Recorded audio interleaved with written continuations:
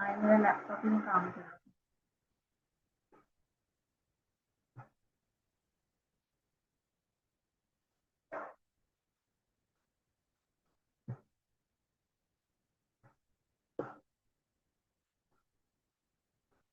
Okay, let's start with the new chapter.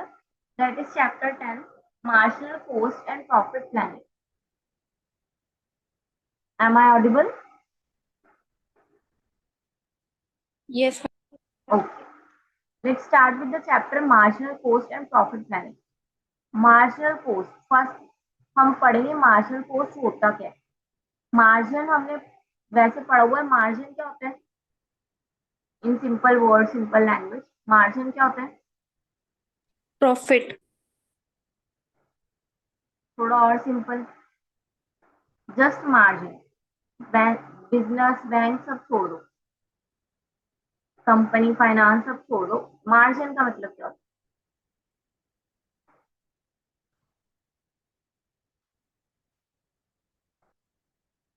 Suit सिलने देने जाते हैं सब लोग, गर्ल्स, है ना?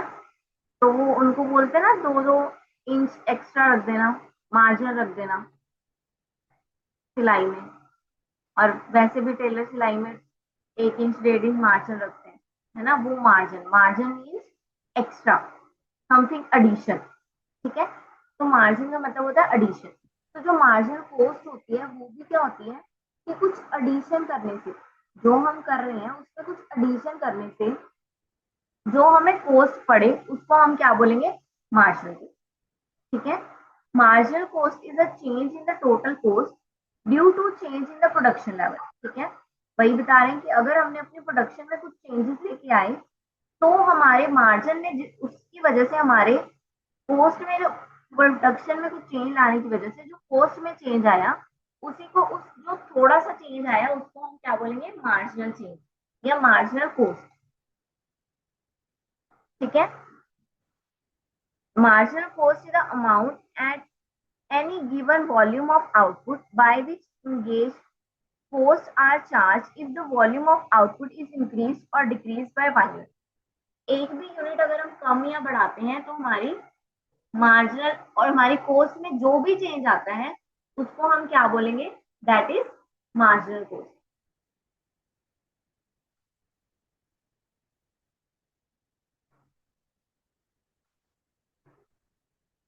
ठीक है, तो हमने एक पढ़ा होगा law of marginal utility, diminishing marginal utility. पढ़ा था बीकॉम में या बीबीए में, इकोनॉमिक्स में. Cost of diminishing marginal utility, इसमें क्या होता है? इसमें ये है कि जब भी हम कोई एक्स्ट्रा यूनिट कंज्यूम करेंगे, वो रोटी वाला एग्जांपल याद होगा कि हम एक रोटी खा रहे थे तो हमें सेटिस्फेक्शन आ रही थी, हमने 2 खाई, 3 खाई, 4 खाई, 4 के बाद हमारी सेटिस्फेक्शन फुलफिल हो गई. अब हम एक्स्ट्रा यूनिट कोई भी कंज्यूम नहीं कर सकते. एग्जाम्पल ले लो, पानी ले लो. आप थक के आते हो घर पे, आपको पानी चाहिए होता है. फर्स्ट एक गिलास पानी पीते हो, आपकी मार्जिनलिटी, आपकी सेटिस्फेक्शन थोड़ी कम होती है ना? आपको 2 गिलास पीते हो और कम हो जाती है. 3 गिलास पीते हो, बिल्कुल खत्म, आप वो कहते हो बस मेरी प्यास बुझ गई, है ना? लेकिन अगर आपको 4th गिलास ऑफ वाटर भी मिल जाए तो क्या वो आपकी जो सेटिस्फेक्शन है उसको बढ़ाएगा या कम करेगा?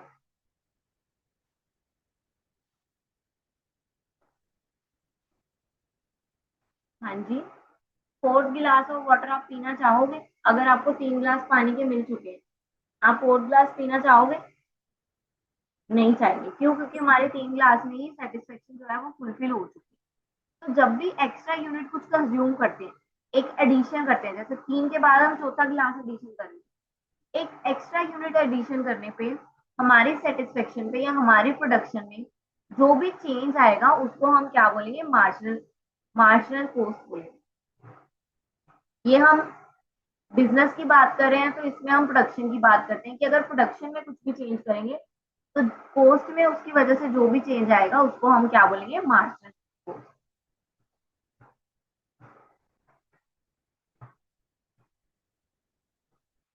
देन हमारा पॉइंट आ गया cost volume profit analysis. Cost volume and profit, 3 point आ गए। इसमें हमने क्या रिलेशनशिप दिखाना है, हमने तीनों का रिलेशनशिप दिखाना है। पहला तो कॉस्ट का, दूसरा volume, volume it means production का, तीसरा profit, profit it means sales का। प्रॉफिट किससे होएगा, सेल पे प्रॉफिट होएगा ना। तो इन तीनों का जो रिलेशनशिप है आपस में, उसको हम बोलते हैं कॉस्ट वॉल्यूम प्रॉफिट एनालिसिस, यानी कि सीवीपी। ठीक है। It show how operating income changes with change in output level, selling price, variable cost and fix. ये बोल रहे हैं कि ऑपरेटिंग इनकम में, यानी कि जो हमें पैसे आने वाले हैं, ठीक है, जो हमें फायदा होने वाला है, उसमें चेंज जो आता है वो किन किन की वजह से आता है। एक तो प्रोडक्शन की वजह से आता है, एक हमारा सेल्स की वजह से आता है, और हमारा कॉस्ट की वजह से आता है, चाहे वो फिक्स्ड हो चाहे वो फ्लेक्सिबल। देन इन तीनों का रिलेशनशिप इन सबका रिलेशनशिप बता रहे हैं सीपीएम में। हेल्प्स मैनेजमेंट, सीवीपी जो है एनालिसिस मैनेजमेंट की कैसे हेल्प करता है, ये हमें आउट द रिलेशनशिप बताता है कॉस्ट, रेवेन्यू एंड प्रॉफिट। ठीक है। As undertaking aims to earn profit, हर कंपनी का एम क्या होता है, प्रॉफिट अर्न करना। तो प्रॉफिट किस पे डिपेंड है, प्रॉफिट मोस्ट इंपॉर्टेंट डिपेंड है कॉस्ट पे और सेल्स वॉल्यूम। ठीक है, कितनी कॉस्ट लगेगी उसको बनाने में, और उसको उसकी सेल्स कितनी हो रही है, इन दोनों पे मोस्टली डिपेंड होता है ना प्रॉफिट, सेल्स और परचेज पे। Then both these factors are interdependently. Volume of sale depends upon the volume of production, which is related to cost. ठीक है, तो ये तीनों जो है आपस में एक दूसरे पे इंटरडिपेंड है, एक दूसरे पे ही डिपेंड है। मैन्युफैक्चरिंग किस पे डिपेंड, फैक्टर इफेक्टिंग कोस्ट। कौन कौन से फैक्टर जो है कोस्ट को इफेक्ट करते हैं हमारे। तो फर्स्ट हमारा फैक्टर है the volume of production. Volume of production यानी कि हम कितनी प्रोडक्शन कर रहे हैं, जितनी भी प्रोडक्शन होगी उतना वो जो है कॉस्ट को इफेक्ट करेगा। हमारे कॉस्ट दो तरह की होती है, फिक्स्ड और वेरिएबल, है ना। फिक्स्ड कॉस्ट फिक्स रहती है, लेकिन वेरिएबल कॉस्ट जो है वो चेंज होती रहती है। ठीक है। The volume change is business are frequently necessary by outside factors over which management has no control, as costs do not always vary in proportion to change in output level. Management control of the volume factor present at a particular problem. As profit are affected by the interplay of cost and volume, the management must have at its disposal as analysis that can allow for a reasonable, accurate presentation of the effect of a change in any of these factors have no profit performance। ये क्या बोल रहे हैं, ये जो change है,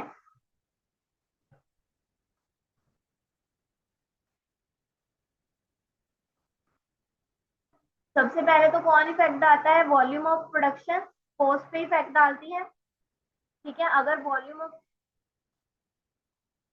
production हम ज्यादा रखेंगे तो हमारी कॉस्ट भी ज्यादा आएगी, इन शॉर्ट। ठीक है, जितना ही प्रोडक्शन बढ़ता जाएगा कॉस्ट उतनी बढ़ती जाएगी। Then product mix, product mix किसको बोलते हैं, जब हम प्रोडक्ट और मैन्युफैक्चरिंग दोनों को इकट्ठा कर देते हैं, that is called product mix. हाँ जी, मेरी वॉइस क्लियर है।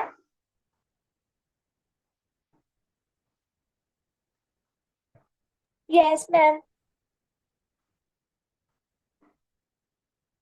ओके, थर्ड आ गया, थर्ड आ गया इंटरनल इफिशियंसी। बिजनेस की इंटरनल इफिशियंसी, अगर वो रिसोर्सेज को अच्छे से यूज ही नहीं कर पा रहे हैं तो कॉस्ट नेचुरली है कि कॉस्ट ज्यादा ही आएगी। ठीक है।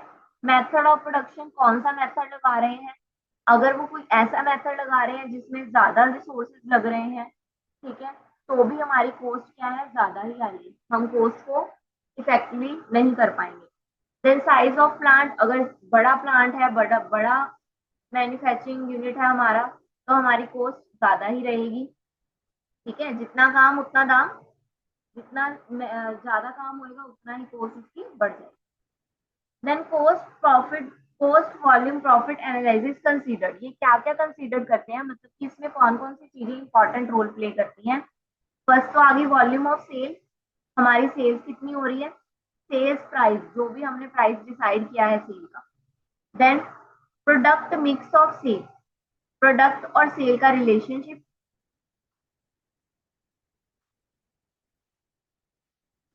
वेरिएबल कॉस्ट पर यूनिट पे, एक यूनिट पे वेरिएबल कॉस्ट कितनी पड़ रही है। यू नो वेरिएबल कॉस्ट जो होती है वो वेरी करती रहती है product to product, that's why हम पर यूनिट वेरिएबल कॉस्ट लेके चलेंगे। ठीक है, फिक्स कॉस्ट जो है वो सेम ही रहती है, इसलिए सीधा टोटल फिक्स कॉस्ट ही है, इसमें कोई यूनिट वाइज फिक्स कॉस्ट नहीं होगा, क्योंकि सभी यूनिट की जो कॉस्ट होगी वो एक ही होगी, मतलब सिमिलर ही होगी। अगर हर यूनिट पे हमें टेन टेन रुपीज पड़ रही है, तो आगे भी हमें 10 रुपीज ही पड़ेगी, फिक्स कॉस्ट हमेशा सेम होगी।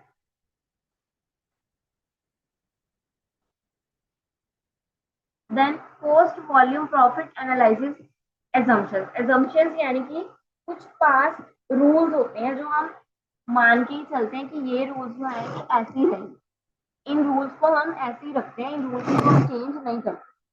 तो वो रूल्स कौन से हैं, all cost are classified into fixed और वेरिएबल, जो कॉस्ट होगी वो फिक्स्ड और वेरिएबल में ही डिसाइड होगी, यानी कि इसमें फैमिली वेरिएबल कुछ नहीं होगा, जो भी कॉस्ट आएगी या तो उनमें फिक्स्ड और वेरिएबल का प्रोपोर्शन होगा, दोनों ही होंगे, मतलब तीसरी किसी भी तरह की कॉस्ट इसमें नहीं आएगी।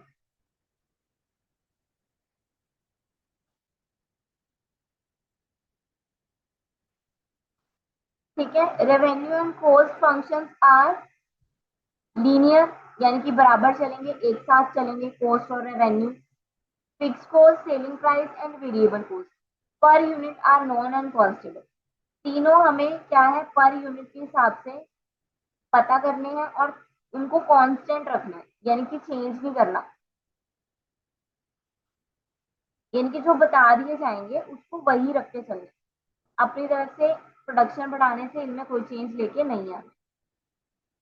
Sales mix is assumed to be remain constant if more than one product is sold, अगर एक से ज्यादा प्रोडक्ट की सेल हो रही है तो सेल मिक्स, यानी कि सेल्स पे होने वाले खर्चे, उन सबको हम कांस्टेंट एज्यूम करके चलेंगे। Then time value of money is ignore, इसमें time value of money ignore की जाएगी, टाइम वैल्यू ऑफ मनी हमने पढ़ा हुआ है, क्या होता है टाइम वैल्यू ऑफ मनी। हाँ जी, anyone.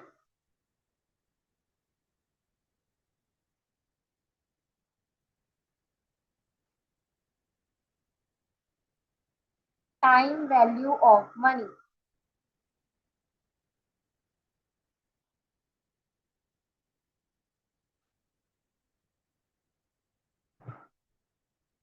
Time value of money it means time के साथ साथ मनी की वैल्यू जो है वो चेंज होती जाती है ना। लेकिन इसको इस एजम्पशन में हम ये देख रहे हैं कि ये बोल रहे हैं कि time value of money change नहीं हुई। हमने ये अकाउंटिंग में, फाइनेंस में सबसे पहला मेथड पढ़ा, हमने पढ़ा था कि जो मनी की वैल्यू है वो हम चेंज नहीं करेंगे, एक ही वैल्यू को लेके चलेंगे। जैसे कि अब मान लो करेंसी है ना, करेंसी इंडियन रुपीज और डॉलर, वो चेंज होते रहते हैं, पहले 60 रुपीज था इंडियन, 60 रुपीज $1, अब 84 हो गया इंडियन रुपीज, 84 $1। ये क्या है, ये टाइम वैल्यू ऑफ मनी है कि टाइम की वजह से वैल्यू, जो मनी की वैल्यू है उसमें चेंज आ गया। लेकिन हमारे कंसेप्ट में ये बोल रहे हैं कि हम इस टाइम वैल्यू को कंसीडर नहीं करेंगे, यानी कि अगर हमने 60 रुपीज लिया है तो हम 60 रुपीज लेके ही चलेंगे, हम ये नहीं देखेंगे कि 2024 आ गया, और अगर 2024 आ गया और अगर 2010, दोनों में अगर हम एनालाइज करें तो हम उसको अगर 60 रुपीज लेके चल रहे हैं तो 60 ही लेके चलेंगे, उसको चेंज नहीं करेंगे टाइम के हिसाब से। देन इसके ऑब्जेक्टिव्स आ गए, क्यों किया जाता है ये, ठीक है, क्यों किया जाता है, प्रॉफिट एक्यूरेटली फाइंड करने के लिए, बजट को फ्लेक्सिबल रखने के लिए, परफॉर्मेंस को इवेल्युएट करने के लिए और कंट्रोल करने के लिए, then formulation of pricing policy, जो प्राइसिंग पॉलिसीज बनाती हैं उसको बनाने के लिए, पॉलिसीज बनाने के लिए प्राइस के लिए, कि प्राइस क्या डिसाइड करना है। अगर हमें कॉस्ट और प्रोडक्शन दोनों पता होगी तभी प्राइस डिसाइड होएगा ना, कि मान लो 10 रुपए कॉस्ट लगी है तो एटलीस्ट 15 का तो हमें प्रोडक्ट सेल करना ही है। तो यानी कि प्राइस की पॉलिसीज बनाने के लिए भी ये सीवीपी जो है वो हेल्प करता है। Then amount of overhead cost charge to product cost at various operation level, यानी कि अलग अलग लेवल पे कितनी कितनी कॉस्ट पड़ रही है हमें, ठीक है, क्या ओवरहेड, ओवरहेड यानी कि चार्जेस कितने पड़ रहे हैं, उन चार्जेस को, उन एक्सपेंसेस को अंडरस्टैंड करने के लिए हमें पता भी तो होना चाहिए हमारी कॉस्ट इतनी लग रही है तो हमें चार्जेस कितने पड़ रहे हैं उसके। इसके यूजेस कहाँ पे हैं, कॉस्ट को फोरकास्ट करने में, प्रॉफिट का रिजल्ट निकालने में, ठीक है, फिक्स सेल वॉल्यूम फिक्स करने के लिए सेल्स का,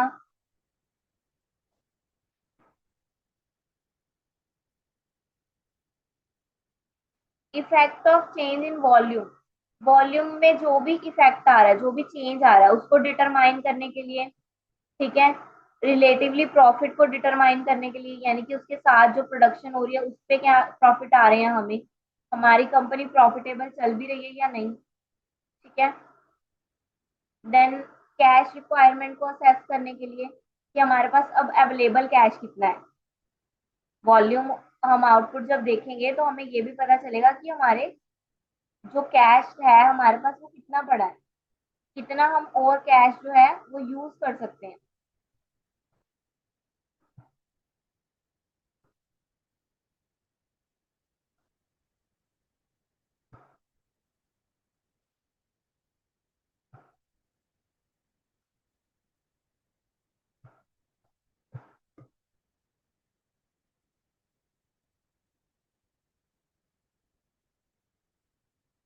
हाँ जी, नाउ एप्लीकेशंस क्या है इनकी,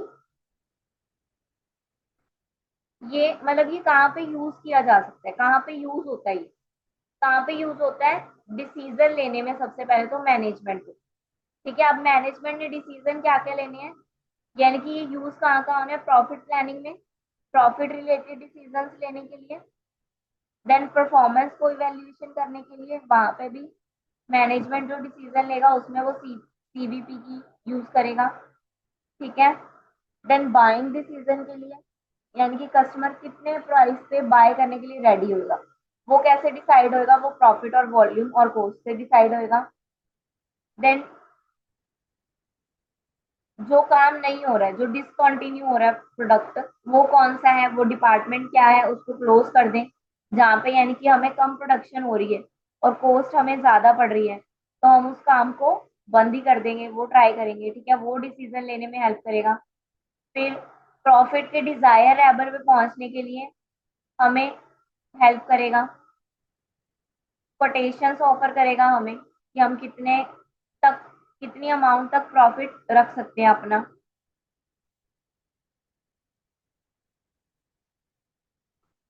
accepting and offers, offer accept करने में प्रॉफिट क्या रखना चाहिए, नॉर्मल प्रॉफिट कितना होना चाहिए, ठीक है, प्रोडक्शन फैसिलिटीज देने के लिए,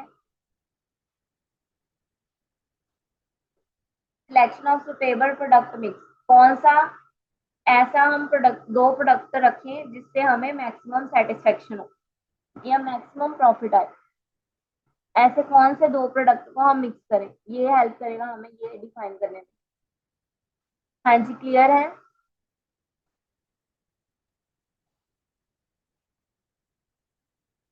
सीवीपी का कॉन्सेप्ट आपको क्लियर हुआ।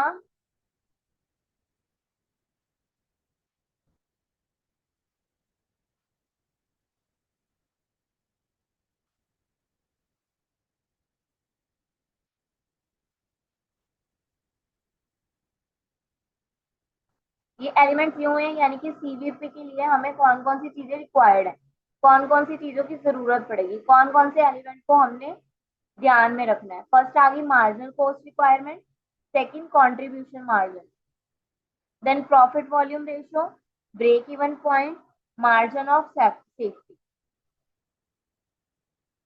पहले हम पढ़ेंगे margin cost equation.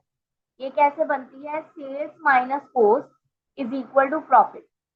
Sales minus cost, sales में से कॉस्ट माइनस करेंगे, तो हमने छोटे होते भी पढ़ा हुआ है ना, सीपी एसपी प्रॉफिट लॉस पढ़ा हुआ है ना।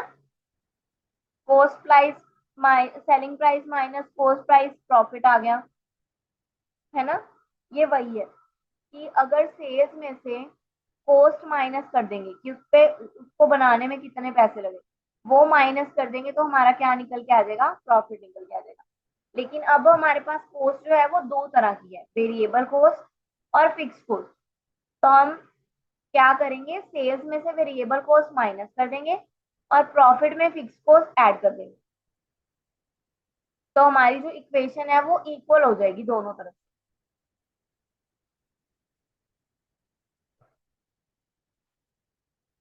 देन कंट्रीब्यूशन कैसे निकालना है, कंट्रीब्यूशन टोटल सेल्स और मार्जिनल कॉस्ट के बीच में निकलेगा और फिक्स एक्सपेंसेस और प्रॉफिट का कंट्रीब्यूशन होगा। तो इनमें ये पांच चीजें निकालनी पड़ेगी। सबसे पहले तो कंट्रीब्यूशन, हमने पिछले कंट्रीब्यूशन कंट्रीब्यूशन कैसे निकलना है, सेल्स में से, टोटल सेल में से रेवेन्यू वेरिएबल कॉस्ट माइनस कर दो, आपका कंट्रीब्यूशन निकल के आ जाएगा।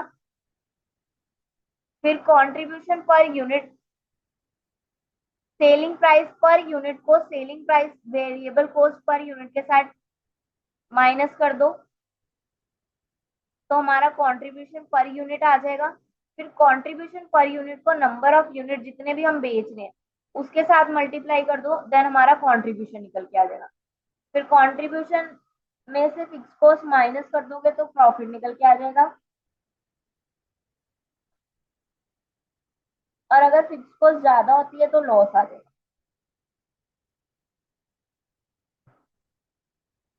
बाकी कंसेप्ट हम कल पढ़ते हैं। क्लियर, यहाँ तक सबको क्लियर है।